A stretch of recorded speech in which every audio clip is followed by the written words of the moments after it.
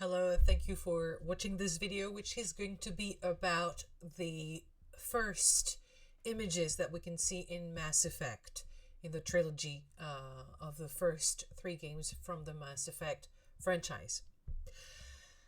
Mass Effect, a few words first to introduce Mass Effect, which is a role-playing game which is set in the future, in the 22nd century, where you embody Shepard, a commander, an elite human from the military, who is in charge of creating alliances in a universe where humans and aliens share the same space.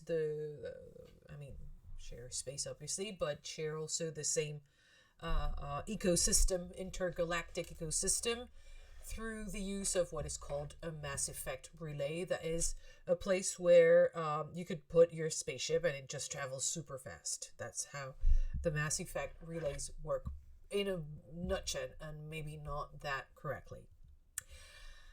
The trilogy of games has been developed by BioWare. The first one was released in 2007. The third, Mass Effect 3, was released in 2012 after the release of Mass Effect 2 in 2010.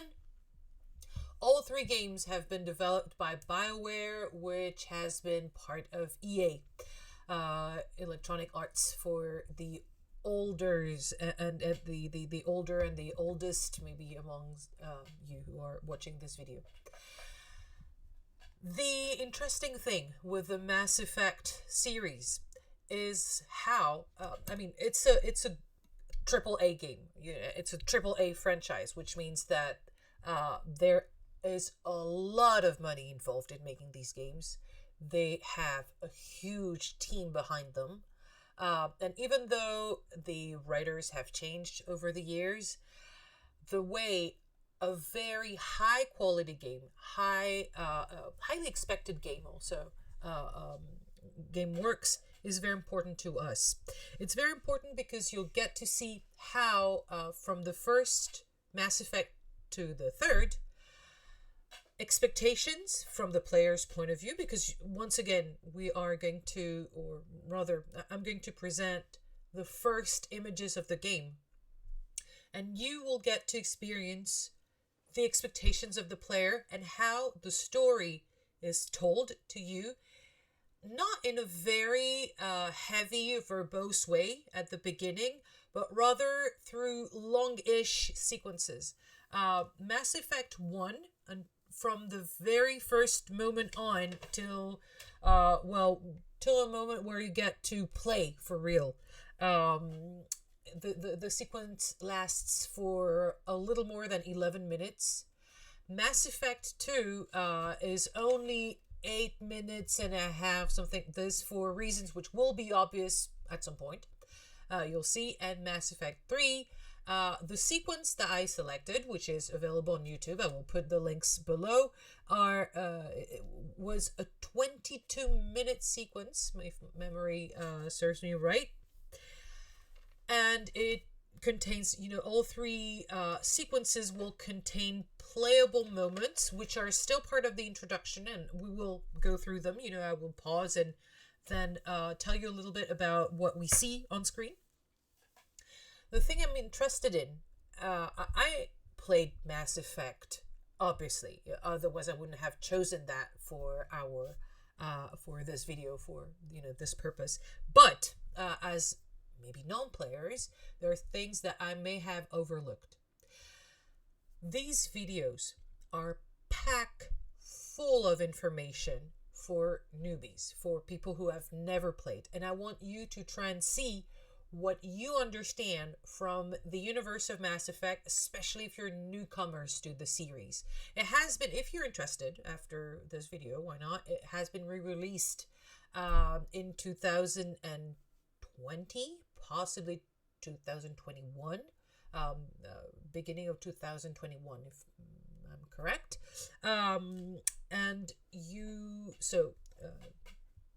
Without further ado, for your task when watching this video is first try and see when information is given, what information is given, and when it is given.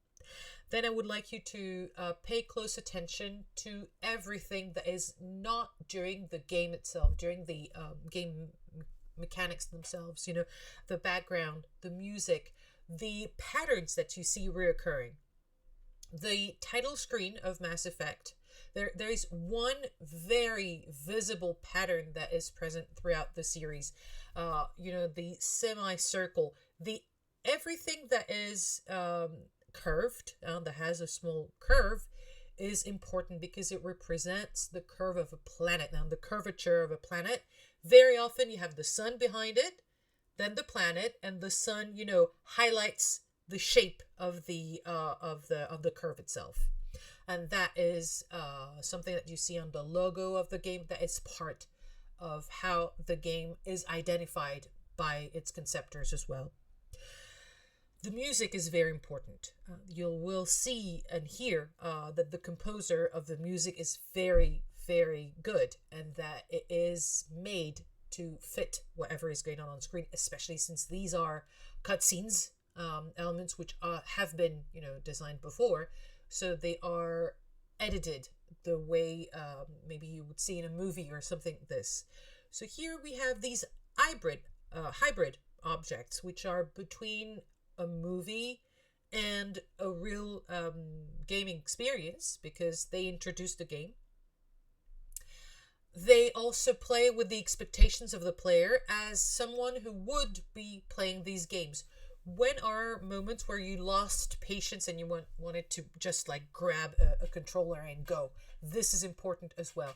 How is the balance between giving information and, having you want to play? How is it balanced? That's very important. In some games, in other types of role-playing games, in maybe more traditional and less Westerner, Japanese video games, for instance, it is a joke amongst players that, if you start a Final Fantasy game, that you can just put the controller aside and buckle up for 25 minutes of very, very long cinematic elements of cutscenes that will introduce the story. This is not how BioWare, which is a Canadian studio, at the very beginning, has in mind. And I think that the balance is important, is interesting, and that we may discuss it later.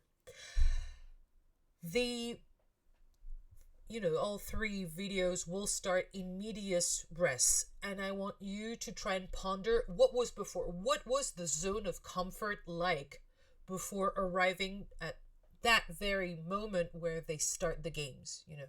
I want you also to think about, I want you to think about your experience as we are going to look at these.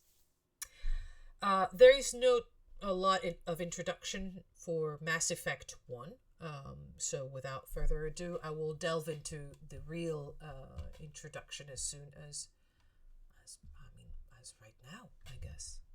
Here we go.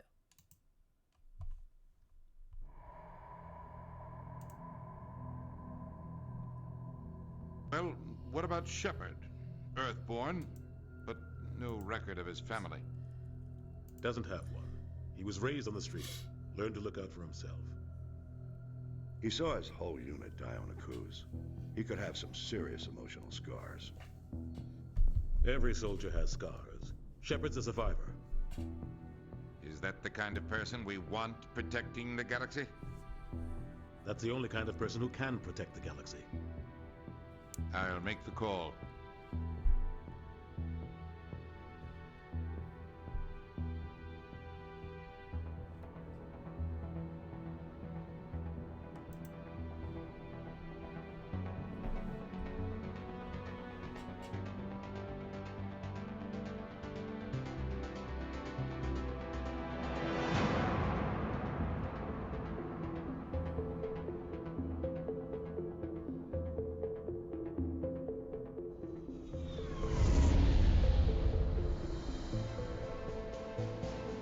Arcturus Prime relays in range. Initiating transmission sequence.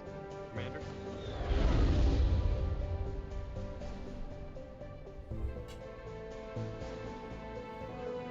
We are connected.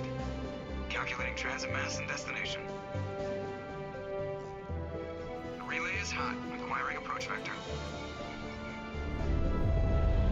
All stations secure for transit.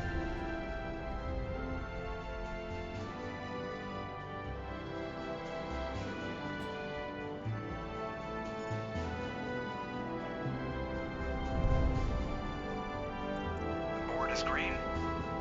Approach run has begun.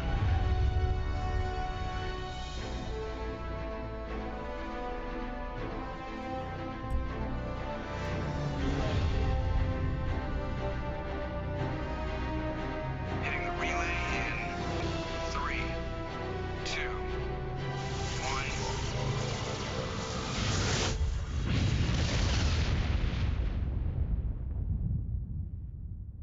Thrusters, check. Navigation, check. Internal emission sync engaged.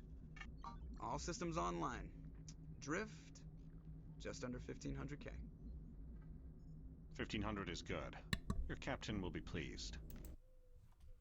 Okay, a short interruption now, and I'm so sorry for hiding the screen first and then my camera. You saw several moments. I'm just going to stop here at the very beginning of the Nihilist scene. We have an in medias res beginning, and it starts with what about Shepard? And then, in guise of, through the guise of, telling or summarizing how Shepard is, we get a summary. If I didn't know who that person was, now would know. The fact that he's a survivor of the coups is something that you chose as a player in the background in the creation of the character. Yeah, you get to choose a few things like Shepard's gender and how the traits, the features of that person, as well as his physical looks. The Shepard that you saw is not the canon standard Shepard. Then the video switches, and you saw that it was a very polished cinematic video, and then it switches to text only. And the text is very informative, and that only tells you, or, the main information is the Mass Effect relay. And then, boom, sequence again on the Mass Effect relay, what it is, and how it works. You see Nihilus, who is the first non-human that you see on screen. But actually, you saw Shepard from before. You saw Shepard pretty much from the beginning.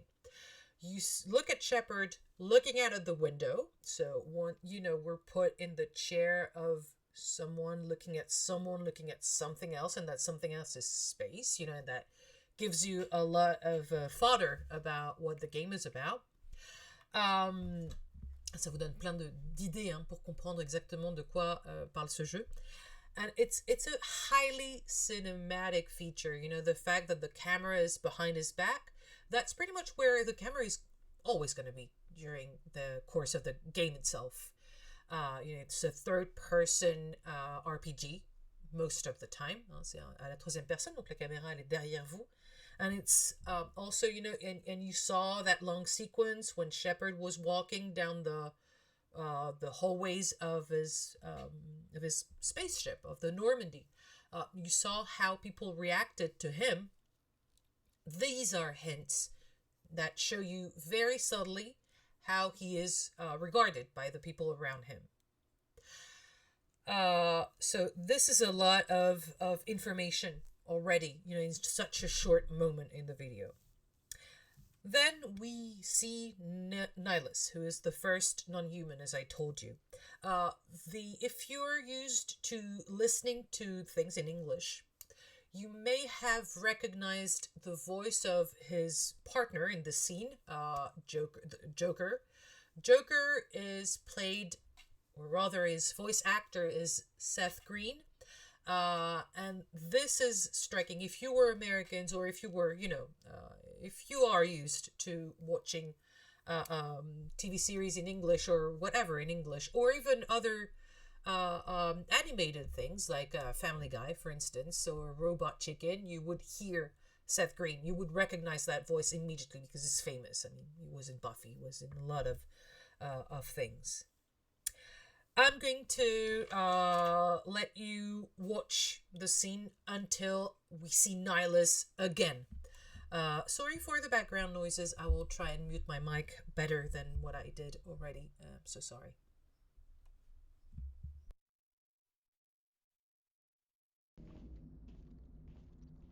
I hate that guy. Nihilus gave you a compliment, so you hate him. You remember to zip up your jumpsuit on the way out of the bathroom? That's good. I just jumped us halfway across the galaxy and hit a target the size of a pinhead, so that's incredible. Besides, Spectres are trouble. I don't like having them on board. Call me paranoid. You're paranoid. The Council helped fund this project. They have a right to send someone to keep an eye on their investment. Yeah, that is the official story. But only an idiot believes the official story. They don't send Spectres on shakedown runs. So there's more going on here than the captain's letting on.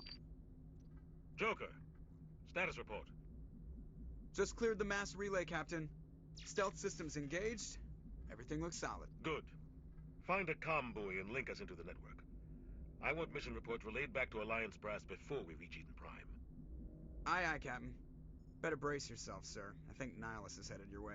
He's already here, Lieutenant. Tell Commander Shepard to meet me in the comm room for a debriefing. You get that, Commander? He sounds angry. Something must have gone wrong with the mission. Captain always sounds like that when he's talking to me. Can't possibly imagine why. I'm telling you, I just saw him. He marched by like he was on a mission. He's a Spectre. They're always on a mission. And we're getting dragged, right along with him. Relax, Presley. You're gonna give yourself an ulcer. Congratulations, Commander. Looks like we had a smooth run. You heading down to see the captain? Sounds like you don't trust our Turian guest. Sorry, Commander. Just having a chat with Adams down at engineering. I didn't mean to cause any trouble. But you have to admit, something's odd about this mission. The whole crew feels it. You think the Alliance brass is holding out on us? If all we're supposed to do is test out the stealth system, why is Captain Anderson in charge? And then there's Nihilus. Spectres are elite operatives, top covert agents. Why send a Spectre, a Turian Spectre, on a shakedown run? It doesn't add up. I'll see if I can get some answers when I see him. Good luck, Commander. I grew up on Eden Prime, Doc. It's not the kind of place Spectres visit. There's something Nihilus isn't telling us about this mission. That's crazy. The captain's in charge here. He wouldn't take orders from a Spectre. Not his choice, Doc. Spectres don't answer to anyone. They can do whatever they want. Kill anyone who gets in their way. Oh, you watch too many spy vids, Jenkins. What do you think, Commander? We won't be staying on Eden Prime too long, will we? I'm itching for some real action. I sincerely hope you're kidding, Corporal. Your real action usually ends with me patching up crew members in the infirmary. You need to calm down, Corporal. A good soldier stays cool, even under fire. Sorry, Commander, but this waiting's killing me. I've never been on a mission like this before, not one with a Spectre on board. Just treat this like every other assignment you've had and everything will work out. Easy for you to say. You proved yourself on a cruise. Everybody knows what you can do. This is my big chance. I need to show the brass what I can do. You're young, Corporal. You have a long career ahead of you. Don't do something stupid to mess it up. Don't worry, sir. I'm not gonna screw this up. The captain's waiting for me. Goodbye, Commander.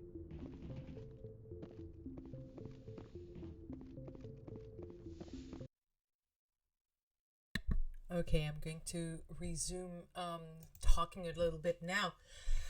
I think we saw a few important elements. First, the introduction, the way the notion of specters was introduced. We heard it first in the banter between Joker, Caden, and Shepard. Well, bantering was really on Joker. And he is a funny guy. I mean, the name says it all already. But we just know that he's a specter, that he's, he distrusts them. And then still on the fact that, Nihilus equals a specter. We hear that he's a Turian. We don't really know what that is. And then, once Shepard, goes out in the world, in the world of the Normandy, we hear during the conversation with Presley that indeed, Nihilus is a Turian. Nihilus is a specter. Specters are elite operative people. They are elite corps in the military. The game says a lot of things in these very short sequences, and you probably understood that already. Presley gives us a little more. We have this this minute sequence between three characters, and Joker is a pilot, so he is a little, little original. Maybe he says things that he's not supposed to. And he has an opinion, and then we hear pretty much the same thing said by the navigator, who expresses concern and says that it's concern shared by the whole crew of the Normandy. Then we know that there's something that takes you out of your sort of comfort when you hear the conversation between Jenkins and Chatwillis. You don't have to participate, by the way. It's a discussion that could only be something of a flavor text. Something that you hear, but that you don't really take part of. It's a non-obligatory part of the discussion. And you hear Jenkins reinforcing what we heard about the coups. Like Shepard is highly trained, is really good at what he does. He's a commander. He survived a coup, whatever it was, and we know that he's is worthy. You also have a little bit of flavor text in the way Chatwillis, the doctor, tells Jenkins that maybe he saw a little too many vids, maybe too many vids. Vid is a word used in the Mass Effect world to talk about, videos. And these little elements, this is very subtle, and it is throughout the game. This helps build a spirit of connivance. This helps us link, connect with the world of Mass Effect. Another thing that is important is how you saw the very first interaction that the player can have with the game. These interactions that we saw are all linked with to the wheel of dialogues. It's a wheel where you select whatever you want to say. Very often, you get to say the same thing with a different tone. And the tone that is set by this wheel is your way of expressing what the character's mind actually is. It's very important, for these role-playing games, the whole way you get to play is expressed here. You could investigate, you could go further, you could ask for more information, but very often it's just like two options to the same thing. Another thing that is important to note, it's one of these games with a karma system. It's with a axiological good versus evil type of mechanics. In the way you deal with your own character. If you do good, you get awarded Paragon points. Les points Paragon en français. If you do bad, if you are bad to your co-workers, insensitive to their pleas and so on, you get renegade points. The more Paragon or renegade points you get, the more you'll be awarded with special actions throughout the game. You won't have time to see them here, but I think it was noteworthy. During the conversation that follows right now between Nihilus and Shepard, please pay attention to the scope of the conversation. We saw a micro thing between Shepard, Joker, and Kaidan. Then we see Shepard and Presley. Then we see Shepard with the newbie and the doctor, and so on and so forth. And this helps paint a bigger picture. Maybe the picture that is going to be painted with Nihilus will change entirely. I'm going maybe to interrupt this once or twice again, but that's, we're almost at the end of this video, as the timestamp says on the Mass Effect 1 video, so enjoy.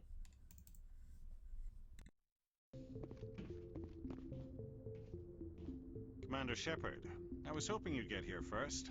It will give us a chance to talk. The captain said he'd meet me here. He's on his way. I'm interested in this world we're going to, Eden Prime. I've heard it's quite beautiful. They say it's a paradise. Yes, a paradise. Serene, tranquil, safe. Eden Prime has become something of a symbol for your people, hasn't it? Proof that humanity can not only establish colonies across the galaxy, but also protect them. But how safe is it really? Do you know something? Your people are still newcomers, Shepard. The galaxy can be a very dangerous place. Is the Alliance truly ready for this? I think it's about time we told the commander what's really going on. This mission is far more than a simple shakedown run. I figured there was something you weren't telling us. We're making a covert pickup on Eden Prime. That's why we needed the stealth systems operational. There must be a reason you didn't tell me about this, sir. This comes down from the top, Commander. Information strictly on a need-to-know basis. A research team on Eden Prime unearthed some kind of beacon during an excavation. It was Prothean. I thought the Protheans vanished 50,000 years ago. Their legacy still remains. The mass relays, the Citadel, our ship drives. It's all based on Prothean technology. This is big, Shepard. The last time humanity made a discovery like this, it jumped our technology forward 200 years. But Eden Prime doesn't have the facilities to handle something like this. We need to bring the beacon back to the Citadel for proper study. Obviously, this goes beyond mere human interests, Commander. This discovery could affect every species in Council space. Why didn't we keep the beacon for ourselves? You humans don't have the best reputation. Some species see you as selfish, too unpredictable, too independent, even dangerous. Sharing that beacon will improve relations with the Council. Plus, we need their scientific expertise. They know more about the Protheans than we do. The beacon's not the only reason I'm here, Shepard. Nihilus wants to see you in action, Commander. He's here to evaluate you. Guess that explains why I bump into him every time I turn around. The Alliance has been pushing for this for a long time. Humanity wants a larger role in shaping interstellar policy. We want more say with the Citadel Council. The Spectres represent the Council's power and authority. If they accept a human into their ranks, it shows how far the Alliance has come. Not many could have survived what you went through on Akuz. You showed a remarkable will to live, a particularly useful talent. That's why I put your name forward as a candidate for the Spectres. Why would a Turian want a human in the Spectres? Not all Turians resent humanity. Some of us see the potential of your species. We see what you have to offer to the rest of the galaxy, and to the Spectres. We are an elite group. It's rare to find an individual with the skills we seek. I don't care that you're human, Shepard. I only care that you can do the job. I assume this is good for the Alliance. Earth needs this, Shepard. We're counting on you. I need to see your skills for myself, Commander. Eden Prime will be the first of several missions together. You'll be in charge of the ground team. Secure the beacon and get it onto the ship ASAP. Nihilus will accompany you to observe the mission. Just give the word, Captain. We should be getting close to Eden. Captain! As you can see, you probably understand why I'm interrupting this. Once again, we're navigating sequence from, to sequence, with platform to another scope. We are building on Nihilus, who gives us a little more about humanity. What it means to be a human in a game where you have non-humans. Finally, we're not going to have time to delve into how Turians are really like humans, or almost like humans, that with minor physical differences, mainly in the face, in the hands area, and the limbs as well. But it's all the aliens, or most of the aliens that you will interact with, have humanoid shapes. He gives us a little more. Since he's a non-human, he is allowed, is more than welcome actually, to have us, players, understand what it means to be human in this game. But then we see that through Anderson's showing up, that there is a little more than meets the eye. So we were in our comfort zone, thinking that this was going to be a mission, but we knew there were weird elements. There was a mystery, something waiting to happen, and thanks to Anderson, we understand that it's far more than that. Anderson brings a new piece of the puzzle of what the Mass Effect lore is to the table, that is Protheans. He reminds us basically of One, the fact that Protheans are very powerful creatures, that they lived 50,000 years ago, and I like the fact that Protheans, didn't they disappear 50,000 years ago? That's not the exact quote, but you get the gist. It was pretty much like this. They are a highly technological species that advanced humanity. And here Anderson builds on what Nihilus just said about humans being selfish, on this thing. Here, being a specter is another new thing that is added onto the table. And Nihilus is actually here, not because it's a weird specter, but because he wants you to become a specter as well. Shepard's value is once again reinforced with, we saw you on the cruise, we understood what you did, it demands a will to live, blah, blah, blah. So here, we are not only on the scope of Eden Prime, which is a small colony, which you probably understood, but on the scope of humanity with the Council, and you understand that this is a political thing, an intergalactic thing on the scope of the universe itself, or the galaxy itself, which is quite a lot, I think. So we understand that we're involved in political games, I think. We understand that there is something very juicy to be found on Eden Prime, this beacon, un phare. We don't know what it is at all.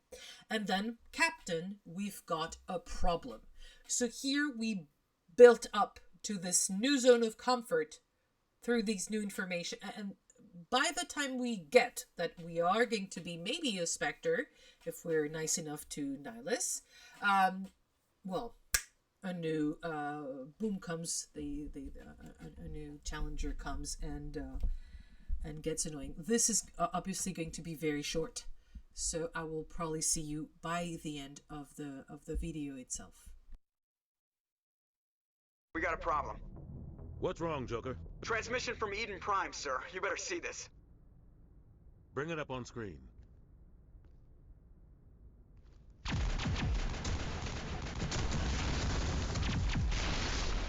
Get down!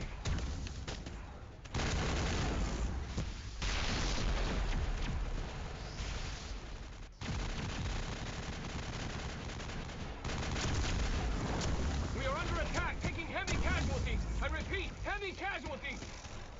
We can't get evac. They came out of nowhere. We need...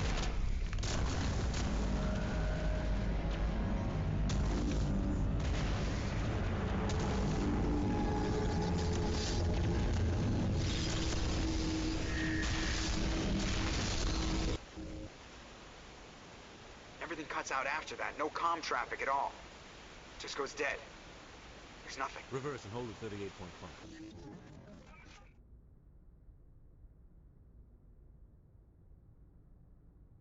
Status report.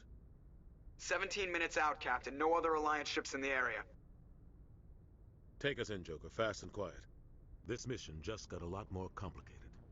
A small strike team can move quickly, without drawing attention. It's our best chance to secure the beacon. Grab your gear and meet us in the cargo hold. Tell Alenko and Jenkins to suit up, Commander. You're going in.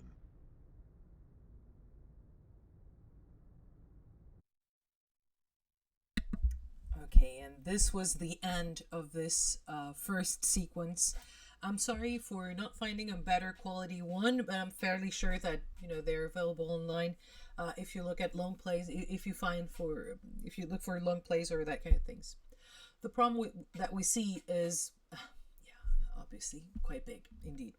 And we are given everything, everything that's, the cinematic universe would give us, or that the cinema has awarded us when it comes to showing stupid big things, malfunctioning screens. Everything could raise our tension, and you heard that the music got suspenseful. Everything got the synths were more present to show us how dangerous that was. We see Ashley, which is another playable character who is introduced here, but very briefly. She's one of your companions along with Caden. We have this huge unidentified thing that looks really big and that emits lasers, possibly. This is very reminiscent of Cloverfield, these older types of movies. And as Anderson says, well, that mission just got a lot more complicated indeed. The sequence and the fact that this huge things demands for a small action team to strike more precisely and all is obviously a plot, a device to have Shepard play more quickly than expected. This is a super suspenseful beginning. I don't know about you, but I do want to jump in and go save the world and try to see what that big creature is about. There is a lot of incidental information given here. It's, okay, I just said it. Well, now you know. And there are a lot of things like this in the world of Mass Effect. You are given codex information. You are given entries in a big glossary of elements that you have to know to understand what Mass Effect is about. But basically, this is an incidental information discovery in the very first sequence of the game. You have a lot of information which is skippable as well. If you walk too fast, if you don't want to investigate, if you want to really jump into the thick of it, you can definitely do that as well. This game is adapted to different play styles, and I understand people who want to skip. I understand people who want to read more, to understand more before jumping in. The music really helps as well. It builds an atmosphere that you do not have to really have subtitles for. I mean, it's self-evident that there is going to be a lot of problems going on. This was an array of several scenes, and I already told you about how they are constructed in top of one another. They are constructed, and then we go back to real-time game, then we go back to cutscenes and all that. The fact that you're not given full control at the very beginning also dilutes the tension that you feel as a player. You're just given little choices at the beginning, and then you will get the ability to walk, and then you will get the ability to attack your enemies if there are enemies, to be stealthy, to do a lot of other things. But first things first, you have a lot of information to understand. You have a lot of things to understand, to comprehend. So you need to take time, and that's the reason why the game goes back and forth between giving you a little bit of control, giving away control, and all that. This ends the first view of Mass Effect 1. This ends the view of the first video. In order not to have too many things in one place only, I will split this into 3 distinct videos, so you are probably going to, or not, watch how Mass Effect fares when it comes to Mass Effect 2. Fortunately for Mass Effect 2, I have found other types of elements that we'll be able to look at. Thank you very much for watching this video, and I hope to hear from you in class.